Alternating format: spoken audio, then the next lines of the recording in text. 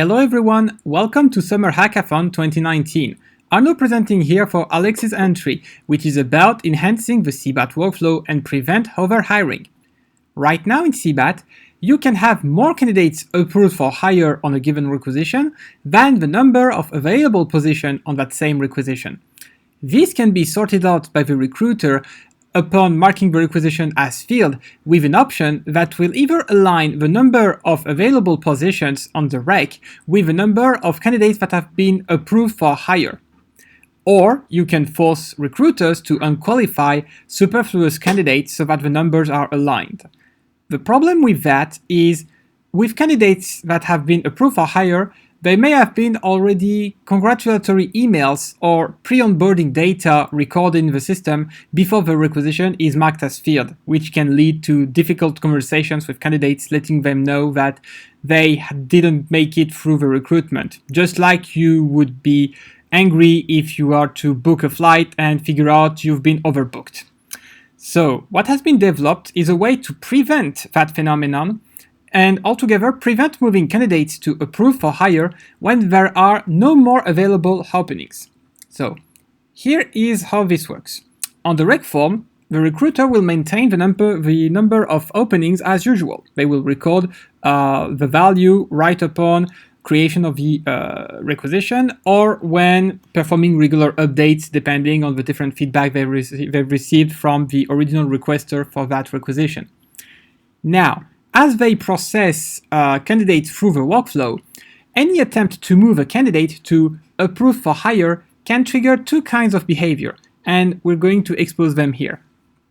First behavior is a simple warning message letting the user know that there is an overhiring situation potentially faced as they try to add a candidate for approved for hire when the number is already met. You can see an example of that behavior on the screen. So what's going to happen is if the user clicks OK, the candidate will be moved on the stage approved for hire as they would today. And in the meantime, not only the user that is currently performing the move gets the message that you have just seen, but also on a separate mechanism, the recruiters assigned on the rec will also receive a special message stating that there's a potential overhiring phenomenon occurring, and it will state the requisition ID, how many positions were remaining before the move, how many available positions are available right now, who is the new candidate that is a potential overhirer, and the username that has performed the change. So the people can get in touch together and make sure to align expectations as to what you are going to do as a recruiting team to make sure this is not problematic in the future. So I have another candidate here where we can have the same error message, and you will see that the email will be slightly different. So here the candidate will be moved to approved for hire as well.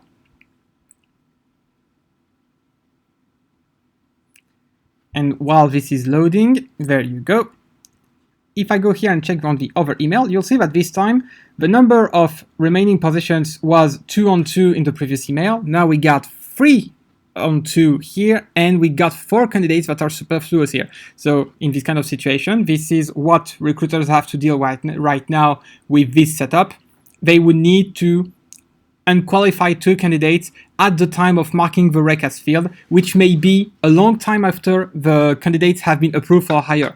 With this new system, recruiters working on the requisition will be able to synchronize their efforts much faster and make sure that this does not develop into a complicated situation.